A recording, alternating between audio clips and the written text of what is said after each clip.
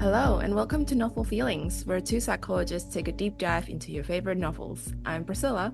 And I'm Elise, and today we're bringing you a review of Hospital by Sanya Rushdi. As a reminder, this is our second episode for season 4 of our book club. Go back to our January episode where we cover Tomorrow and Tomorrow and Tomorrow, and there are further discussions in our Facebook groups, including our discussion prompts. Thank you to our book club partners, Amplify Bookstore. If you haven't heard of Amplify, they are a bookstore dedicated to books by authors who are Black, Indigenous, and/or people of colour. With the aim to diversify your bookshelf, you can purchase all of our book club books in a convenient bundle or purchase them individually. They are offering a 10% off to our listeners with the code NOVELFEELINGS10, so go and check them out. And check out our show notes for all links and disclaimers, and keep up to date on our social media at novel_feelings everywhere. All right, so before we dive into our book club, Priscilla, how would you rate your week on a 5-point scale? I would say it's 3 out of 5 back to work. Is that a scale? 3 out of 5 days of being back to work. I had a honeymoon plus a holiday, so I had a very extended time off. I was actually ready to go back to work, which is a good sign that I had enough of a break. That's good. You didn't just decide to disappear into the wilderness of Malaysia and never be seen again. I know. I mean, I guess that's a good sign about the work that I do, that I actually do want to come back. What were some of the highlights from your time away? Well, I have a newborn nephew. So my sister gave birth to her first baby. So that was very exciting. And we got to be there for the tail end of her pregnancy and the birth. And I got to be with the baby for about a week, which is nice because I'm in Australia, they're in Indonesia. And so to be there on big milestones like that is nice. Absolutely. And we also have some news in that, in terms of big life things that's happened. You're moving around the corner from me, which is I very know. exciting. We are going to be neighbors, so Yay. that's fun. And I'll just be, annoying you at all times of day. So can't And wait. vice versa. But yes, packing. I think we started Mm, yesterday, and I have like 3 bags of things that I need to donate. All right, what about you? How would you rate your week on a 5-point scale? Probably like a 2.5. It's Oh just been no. really busy with work, which isn't very Mm, exciting for like podcast listeners to hear about. yeah. But uh yeah, I kind of came back from work in January and I only had a small amount of time off and then it was pretty much all systems go Mm, immediately. So mm, I haven't, some people kind of come into January and it's like, oh, just ease back into work. People are still on holiday. What's my job? What am I even doing? Haha. Whereas I'm just like, go, work, oh no. work, work. Yeah, we've got a couple of big research projects coming up, which are very intensive. It's all going okay. I just have to be very careful with my time management at the moment and not say yes to too many things. Mm. Excitingly, though, I do have my own honeymoon coming up. By the time this episode comes out, I will be about to go away. Yeah, that's exciting. You're going for your honeymoon, but you're chasing a particular experience, right? Yes, to clarify, we are hoping to see the Northern Lights in Scandinavia. We're spending most of the time in Iceland on a specific Northern Lights hunting tour. It is very exciting, and by the time this episode comes out, we'll be very ready to go and packed and, yeah, completely planned, whereas we still have a few last minute things to do, but it's something to look forward to anyway. Yes, absolutely. Very exciting. And we would have very different honeymoon. I was sweating every day and you'd be freezing. I'm So going to be so cold. I had to buy so many thermals recently. Yes, I'm not going to be wearing like cute beachside attire. I'm going to be wearing like layers over layers and a puffer jacket and beanie over the yeah, top of everything, I think, but it's going to be worth it. it will be. Mm. All right. Shall we dive into the episode? All right, so we'll start by introducing the author. So Sanya Rushdi was born in Bangladesh and studied the biological sciences and psychology at Monash University, the University of Sydney, and Deakin Uni. Her first novel, Hospital, was shortlisted for the 2024 Stella Prize and was longlisted for the Miles Franklin Literary Award. All right. Let us tell you a little bit about the book. In Melbourne, a one-time research student with interest in philosophy and psychology is diagnosed with her third episode of psychosis. As she is moved from her family home to a community house and then to hospital, She questions the diagnosis of her sanity or insanity as determined and defined by a medical model which seems less than convincing to her. She tells her story in a calm, rational voice, with an acute sense of detail and an objective air, as she wonders when the next psychotic episode will materialize, or if it hasn't arrived already. Hmm. In terms of why we chose this book, I suppose good representation of psychosis is pretty rare in fiction. Listen to our violence and mental health tropes episode that we released a couple of years ago to hear a bit more about the problematic history of representation of psychosis and schizophrenia in the media. It's also even rarer to read about lived experience of psychosis from a person of color. Mm. So when this book started making some headlines and being shortlisted or longlisted for awards, it was quite, yeah, it sort of struck my interest for that reason. Yeah, same. And I thought it was interesting as well that Hospital is technically fiction, but it is based on the real events drawn from the author's life. The book is originally written in Bengali by the author and then translated into English by award-winning translator Arunava Shinha. And the book was listed for two major Australian literature awards. So, fun fact for international listeners, both of the awards that this was listed for are actually named after the same person. So, Stella Maria Sarah Miles Franklin, aka the Stella Prize and the Miles Franklin Award. So there is a difference between the two. The Miles Franklin Award honours novels that depict Australian life, whereas the Stella Prize recognises fiction and non-fiction written by Australian women. But yeah, it says something about a literary scene that our two largest awards are named after the same person, Yeah. which is interesting. I didn't know that until last year. So that I thought it was just, they just named it Stella for the Australian slang for women. Is that slang for women? Okay. If you I'm hear pretty Sheila, sure. Ah, Sheila. Yes, sorry. So close enough. Yeah. the Sheila Prize. I feel like that the Sheila Prize would represent a different type of Yeah, literary award. I don't know that's what true. exactly. Ah, Anyway, so in terms of what we're covering today, so some of the discussion topics will, of course, include psychosis, schizophrenia, medication, hospitalisation, informed consent around psychiatric care, and the medical model. And we'll be talking a bit about the intersectionality of mental health systems, and culture as well. all right, let's dive into part one, which is our non-spoiler discussions. Let's introduce our protagonist slash Yeah. author, Sanya. Mhm. It's going to be a little bit hard to talk about this at times because this, as you flagged at the start, this isn't fiction, but it is based on true events. It's described as being autofiction, which blends autobiography and fiction. So the character's named Sanya, and she is a Bangladeshi woman living in Melbourne with her family, a former PhD student in psychology in her late 30s at the time of the events of the novel. But she's not exactly the same as the author. So Yeah. we can't sort of assume that the exact events that happened to Sanya, the character, are what happened to Sanya, the author. But Sanya, the author, has spoken about writing this book, quite heavily inspired by a lived experience and hopes to reduce stigma and isolation towards people like her who have lived experience of psychosis. Yeah, which is a great goal, and hopefully it is achieving that. Sanya, the character in the book, experiences her third episode of psychosis, particularly delusions and paranoia. And the book opens right at the beginning of this episode.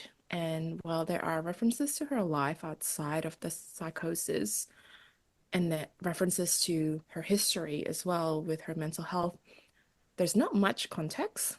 We don't Mm. know much about her life prior to this current experiences of her psychosis. And it's both intriguing but also confusing, I feel. I was definitely confused at times, even Mm. just the place setting of it all. Like, where is she? Who are the people that are around her?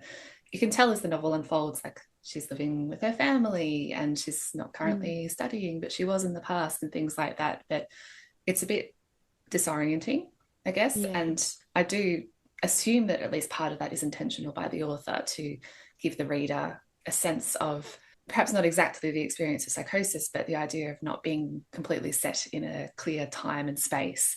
But Yeah. yeah, as a reader, it is, I did have to read over different paragraphs multiple times to try to understand who's this character? Did I miss the introduction? What's happening? Yeah, so the novel just kind of dives in immediately on her day-to-day life as the first symptoms of psychosis for this particular episode are starting to become apparent. Yeah, let me tell you, this is not a beachside read because I took this book on my honeymoon thinking I will have lots of time and the brain power to read a serious book. Um, this book requires a lot. Yeah, Despite this require only being 118 pages, it is not, in my experience, a very quick read. no, no, and it requires focus and attention. Sanya, the character, is an unreliable narrator Mm. because of the psychosis, which comes with a lack of insight. So there are gaps in her description of events, and relationships aren't very clear in terms of their nature. At times, sort of passes in inconsistent, I guess, intervals. We do get a sense that her family, is extremely worried about her, even though because we are getting her perspective, she believes nothing is wrong. Mm. And I guess Yeah, that it's that difficult thing of like, because the book uses that first person point of view, we are fully in Sanya, the character's head. And so what she gives us tells the reader that nothing is wrong except for those interactions with her family. yeah. There are, I suppose, a few clues or a few instances where readers will pick up on some things being not quite right. So, for example, she's scrolling through Facebook and thinks that some of the content she sees on Facebook is directly targeting or is like a message to her. But we don't, I suppose, see a clear like bullet point depiction Yeah. of what psychosis looks like, at least from like Mm. an outsider's diagnostic and statistical manual point of view. Yeah. We don't sort of see particularly impacted. She seems, maybe a little bit anxious and a little bit caught up in her own thinking, but she's not sort of experiencing a very clear episode of depression, for example, or mood Yeah. incongruence that's happening. Some authors in their depictions of mental health issues and mental illness take more of a tick box or a checkbox Mm. approach to depicting mental ill health. So it's like, what are all the symptoms? How do they impact people? And so on. This is certainly not what's happening here. So it's up to the reader to sort of read between the lines in terms of maybe what her family has witnessed, but we don't see from Sanya's first person perspective on the page. Yeah. The fact that it's not that tick box exercise is what's valuable about this book. It is Mm. a lived experience, and sometimes that lived experience it's not that easily defined, I suppose, that people do have to pay really close attention to that person's experience to know what's going on. Mm-hmm. Mm. Absolutely. So at the start of the novel, we see that Sanya is experiencing symptoms of psychosis and her family knows something isn't right. And eventually, this does lead us to an episode of psychiatric care. So, first of all, this starts with home visits from the CAT team, so the Crisis Assessment and Treatment Team, and then leads to a stay in a community house, which I guess is kind of like a halfway house. It's not. She's not necessarily a patient in the same sense she would be if she was going to hospital. She has a bit more freedom there, but this doesn't work out well for her. Sanya doesn't feel safe in the community house, and again, it's kind of unclear to what degree this might be due to feelings of paranoia or maybe projecting some fears onto the other residents there, and what degree it is to an unwelcoming environment and sort of lack of communication and a lack of fully informed consent that's going on. Mm. But in any case, she doesn't spend a lot of time at that community house before eventually being admitted as an inpatient in a psychiatric ward of a Yeah. hospital. The hospital is sort of described as an artificial environment, and Sanya loses her sense of time while she's admitted. Mm. And as a Um, consequence, the reader will again lose a sense of time too. I had really no idea as I was reading the hospital scenes how long she actually was there. yeah. Or, the days seem to blur into each other, and it feels very disorienting in a way that is both, as we talked about before, like probably true to her experience, but also difficult to follow, I guess, sometimes. What's interesting, I suppose, is that her treatment in hospital seems to rely entirely on medication, and there's not a lot of holistic treatment or psychological therapy, which is, we'll talk about that in more details later. Mm. But as an example, she's prescribed lithium, which is a mood stabilizer commonly used for people experiencing bipolar disorder, but feels like this was forced upon her due to feeling angry. And the emotional experience of anger, which was mistaken for mood instability. But Sanya feels she can't refuse to take it because she'll just be given or forced to take different types of medication, or as she describes it, other kinds of poison. So she's kind of stuck in this situation where she can't sort of exercise her free will and her capacity to say no, because she's seen as having no insight into her own experiences. Therefore, the people in charge are just going to override her requests or misconstrue her experiences. Yeah, I think she points out a sign at one point that says, working collaboratively to provide individualized care that promotes wellness and recovery, which she feels does not apply to her experience, which, yeah, it's a hard setting, I'm sure. Mm. Psychiatric ward. Mm-hmm. Obviously, there's a lack of communication in this novel from the medical team, the treatment team, but also maybe not so great communication from her about her needs and her desires too. And I'm Yeah. not blaming Sanya, the character, for that either. But as we'll talk about in a moment, there's certainly this impact of language and a lack of connection that's happening between her and her treatment team. But the consequence of this is that she struggles to make meaning or to feel empowered or have a sense of identity while she's in the hospital. Um, there's a quote where she says, even this attempt to hold on to a sense of self is threatened by the fact that, quote, no such thing as the self is allowed to thrive in this hospital. You're not allowed to bring your computer. You cannot use the internet or find books or articles of your choice. You cannot find yourself in others either. So she's completely at the whims of the environment and the people in charge, and really struggles with that as the book goes on. It's hard because I have sympathy for both sides of this in that her her struggles with the system are completely valid, and it's not, the psychiatric ward is not a perfect place, and Mm-hmm. at best it provides that wraparound care, and at worst it can be traumatizing to the patient. I also have sympathy for the medical team who is trying their best to look after people who are at a very acute stage of their mental illness. Mm-hmm. And some might lack that insight and ability to fully communicate what's happening to then, have that collaborative care. Yeah, it's a complicated situation.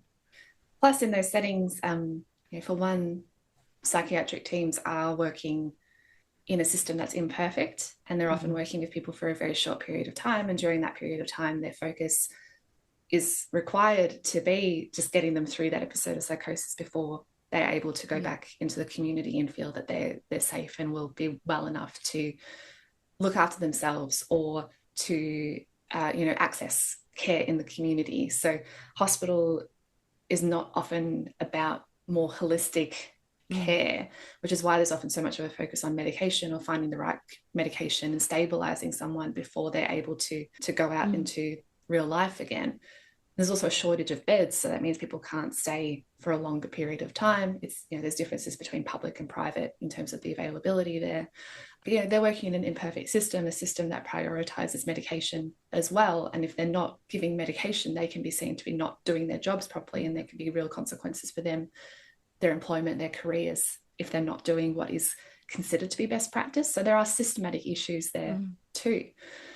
But that being said, I've worked quite a lot with people with psychosis and schizophrenia who've been Yeah. constantly dismissed and had so many issues with hospitals and the teams of people providing care at that time, and been horribly treated by different medical professionals in their time. And I don't want to Mm. invalidate their experiences either, No. but yeah, there's a lack of shared and supported decision making that's really, really common for people with psychosis and schizophrenia, even if they are experiencing periods of wellness and not sort of in that acute phase of psychosis. Mm. And psychosis isn't something that is typically going to be impacting someone's insight every single day. It's more No. episodic in nature, but still having their feelings dismissed even if they are going through a period of wellness. So it's super complicated, unfortunately. Yeah. Yeah. Ah, the system. The system. Yeah. Okay, let's talk about how language is really important to Sanya, the character, Mhm. and maybe also the author. We don't I know. think the author, Yeah. especially the author. There's this quote, the mental world of a healthy adult is immersed in language. It is the source of their thoughts and feelings. They pour these thoughts and feelings into it, and that is what can create confusion in their mental world. Language alone can unsnarl it, medication cannot. Mm, So, as we've talked about before, Asanya is perceived to have low insight. Her attempts to communicate and advocate for herself are often ignored or minimized. mm, And as we said before as well, there's not really any depiction of talking therapy, despite Sanya expressing an interest of using language to make sense of her mental illness and actually telling her doctors that she wants conversations over medications. mm. Her treating doctor does say at one point that counselling can be arranged simultaneously with medication, but Sanya wants conversations, connection through language, not traditional psychological therapies or not what she perceives Mm. psychological therapies to be. I think at one point she says something along the lines of, I'm not interested in like cognitive behavioral therapy. She just wants to connect with Mm. someone properly. And for her, that would be a pathway to healing. But there's not an opportunity for that. But I don't think she also joins Understands it. any type of talking therapy through the Yeah. course of the novel, or at least not that I was able to sort of disentangle from the confusion of her time in her hospital stay. Yeah, no, because I was looking for any like groups, you know, that sort of activity, and there wasn't Mm, any of that. So whether that wasn't available to her, or whether she didn't take up those opportunities, we don't know. mm. And I feel like there's a lot of points in this book where I felt a bit dumb. I'm like, oh, I don't understand what's happening, or I don't understand the monologues because sometimes Yeah. she philosophizes. She monologues in this like academic language about development and language. And my again, blame honeymoon brain, but I just did not understand what was going on. Well, I was the same, and I was not on my honeymoon. I was also struggling. There's most of the novel is written in such a way where it's quite minimal on description, and the language is quite straightforward, brief dialogue interspersed with only sort of minimal description of what happens next.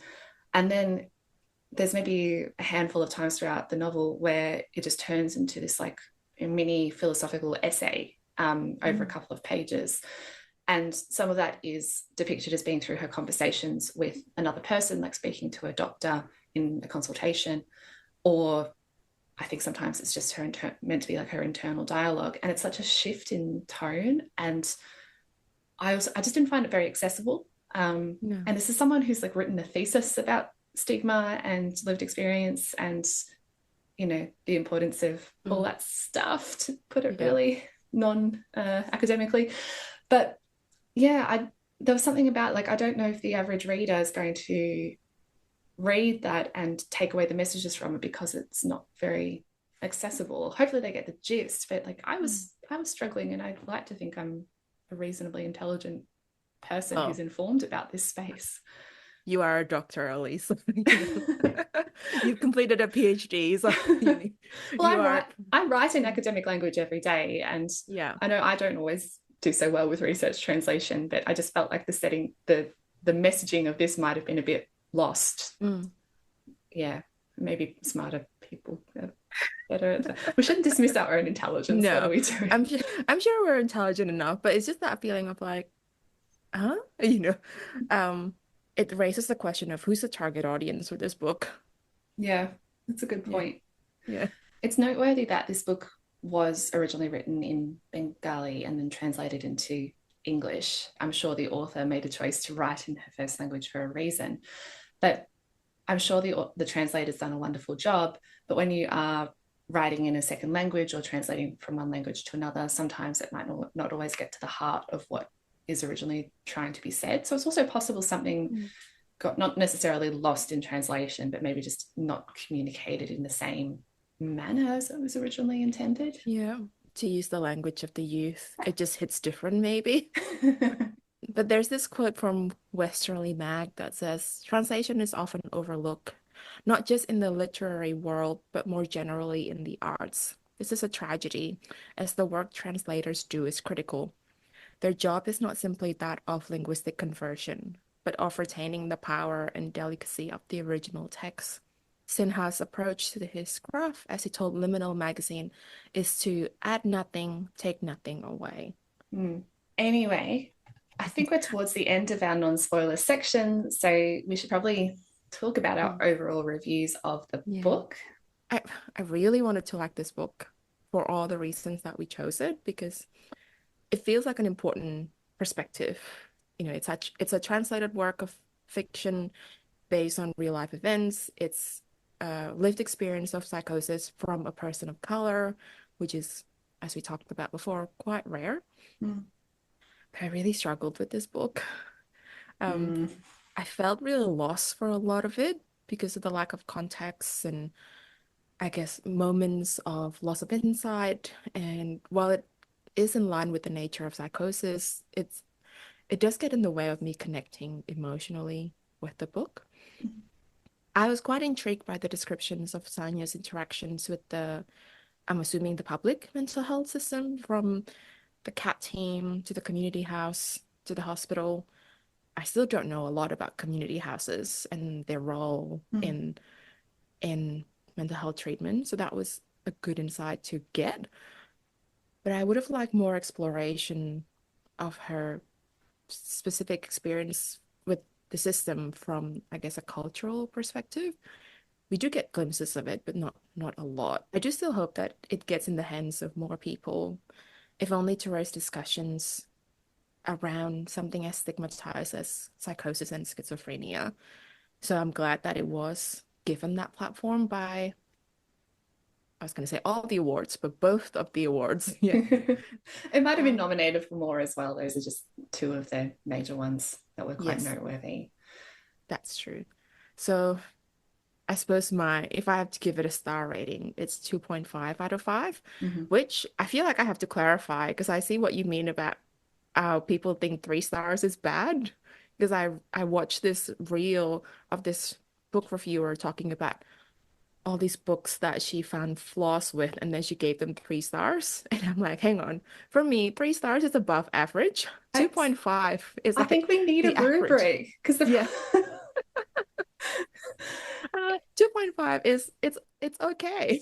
okay, maybe this is homework coming from for us. I think we Yeah. need to get on the same page when it comes to our ratings. We've been doing this for 4 years now, and every time I feel like we have to clarify that we rate on slightly different scales. So maybe we need, at least just for the purpose of the podcast Yes, we and need to our reviews, we need to pin it on our Instagram and be like, this is what does the 2.5? system.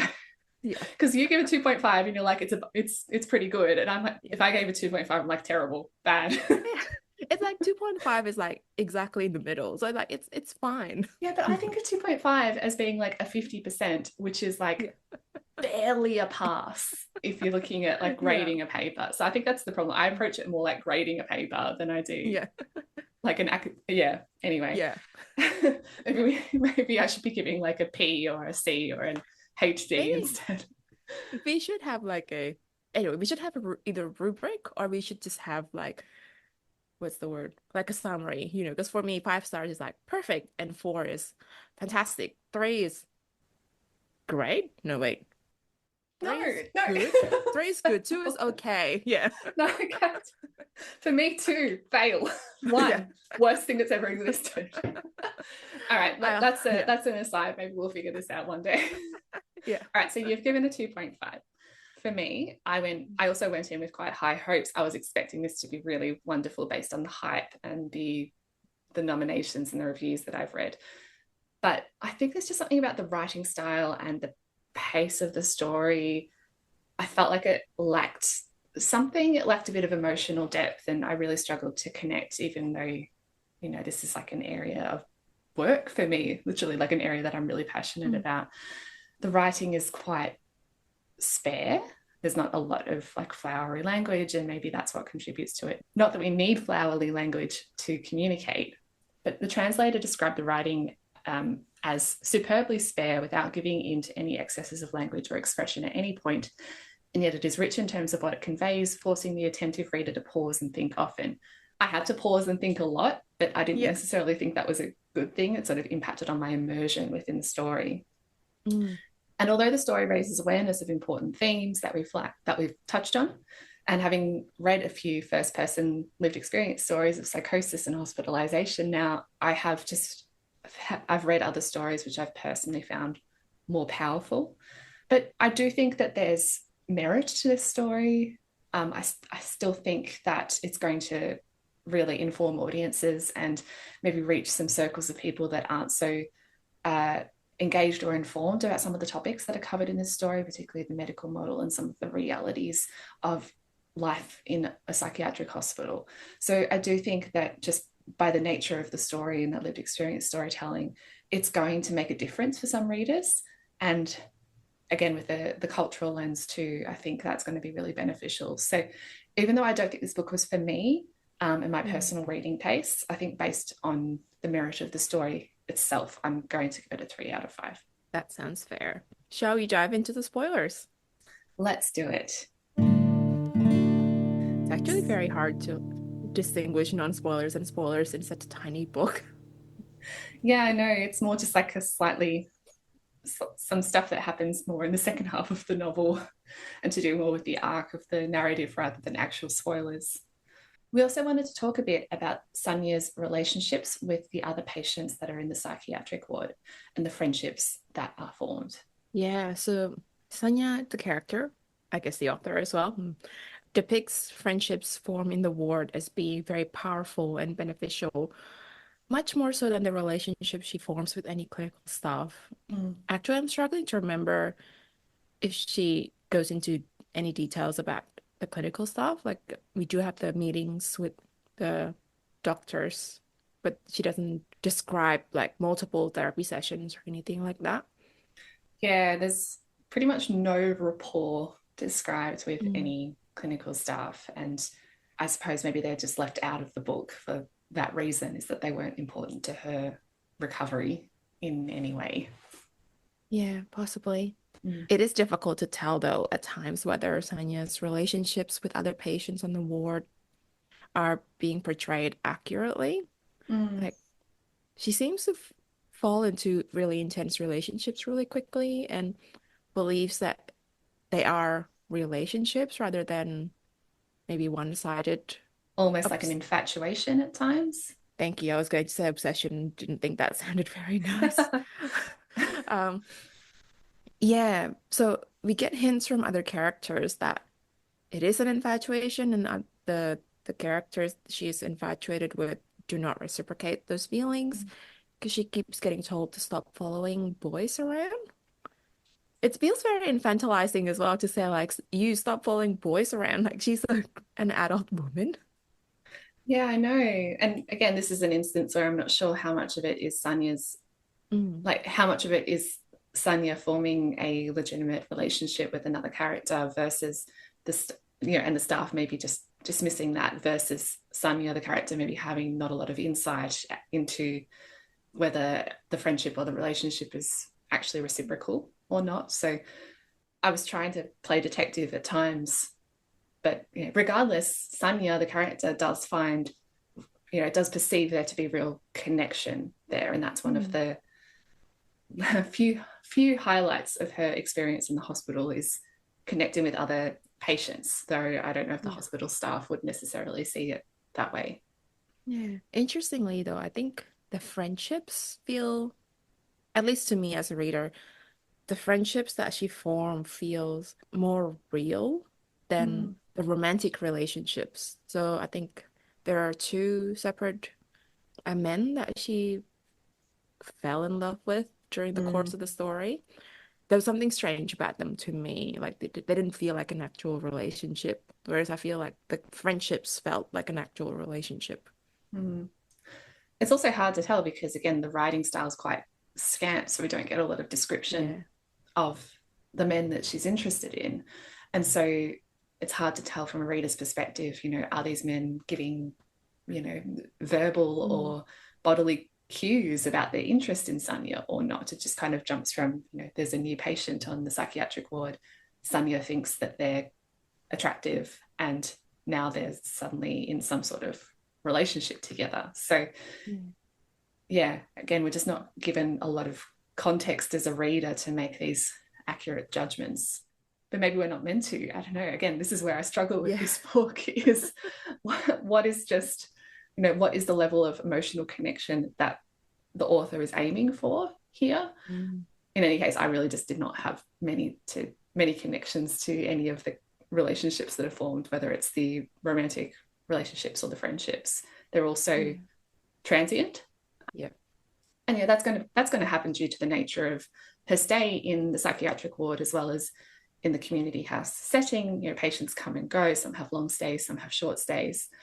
But yeah, it feels like any character in the story that she forms a relationship with is a background character rather than a featured character. They're just there briefly and given very minimal description.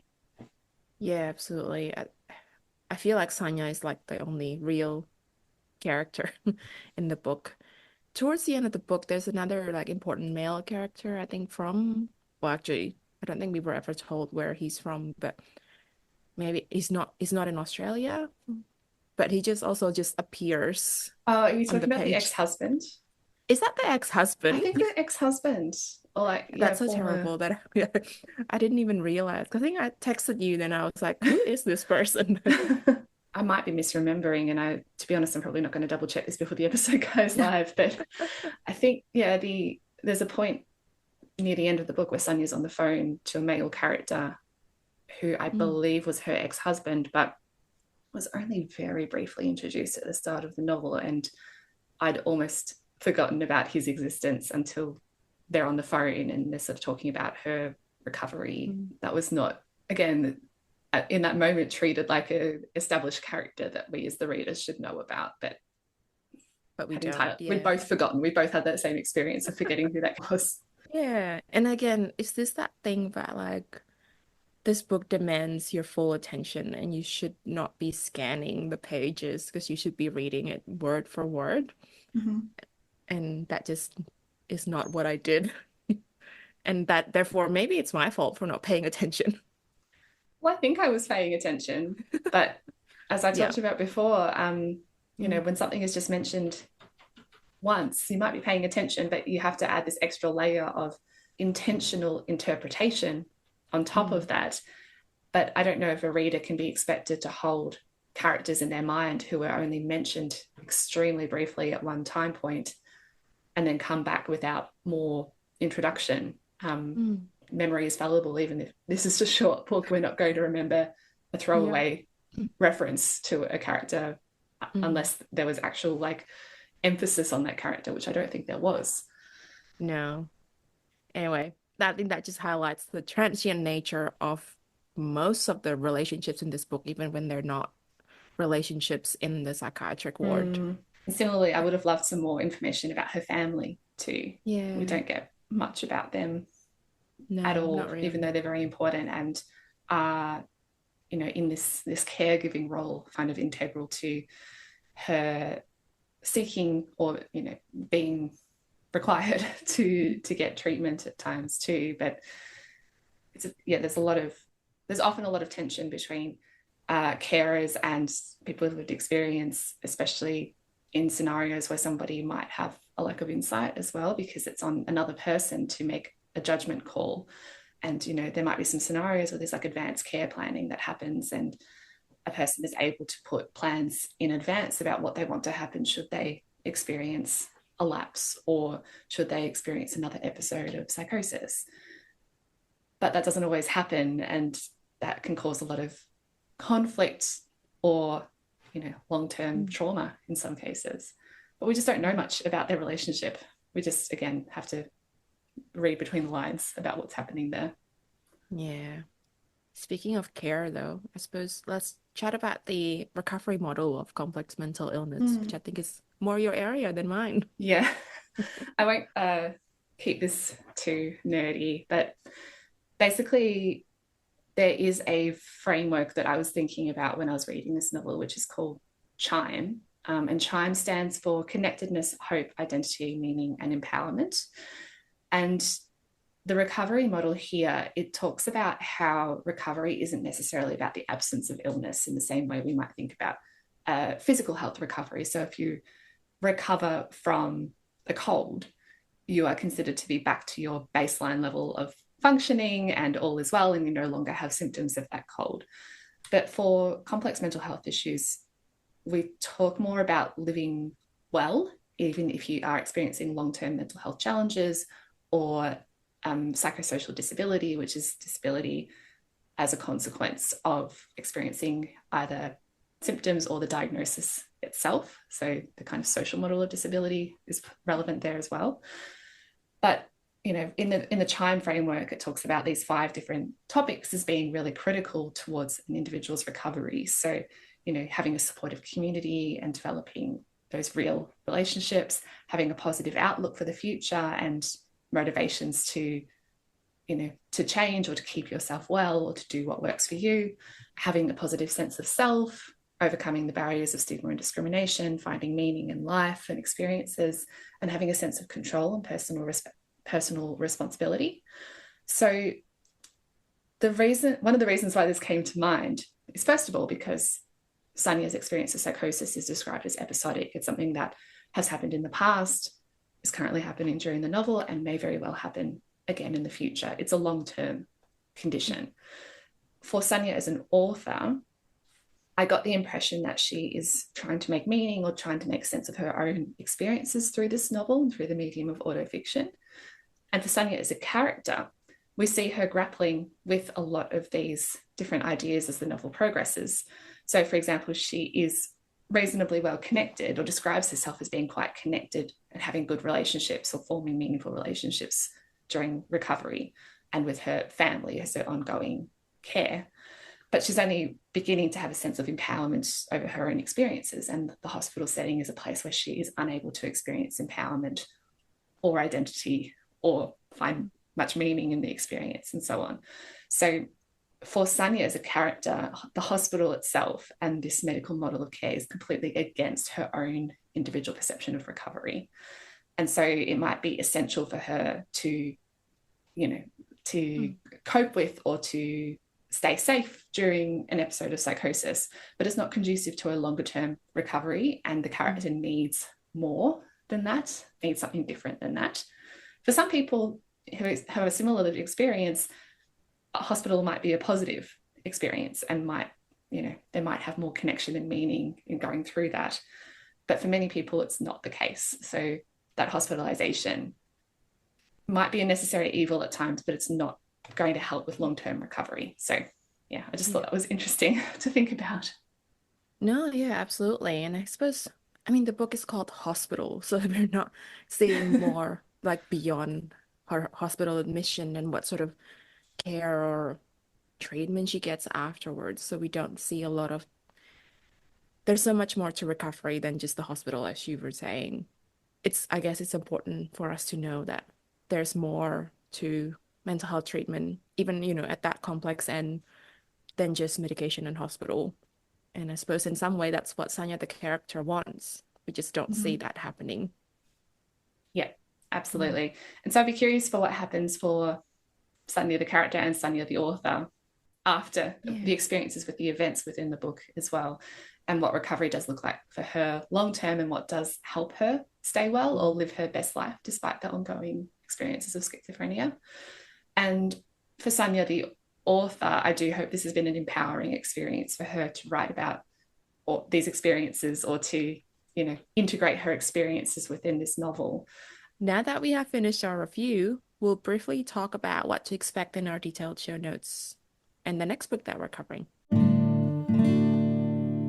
In our detailed show notes on novelfeelings.com, there will be mental health resources relating to schizophrenia, inpatient treatment, and advocacy. And we will also include some book club discussion questions, which we will also post to our Facebook group. In terms of the next book that's coming up, in May, we will be reading Get a Life, Chloe Brown by Talia Hibbert. I'm really excited for this one. Like, it's a real vibe shift for us. I know. For this one. Such a vibe shift.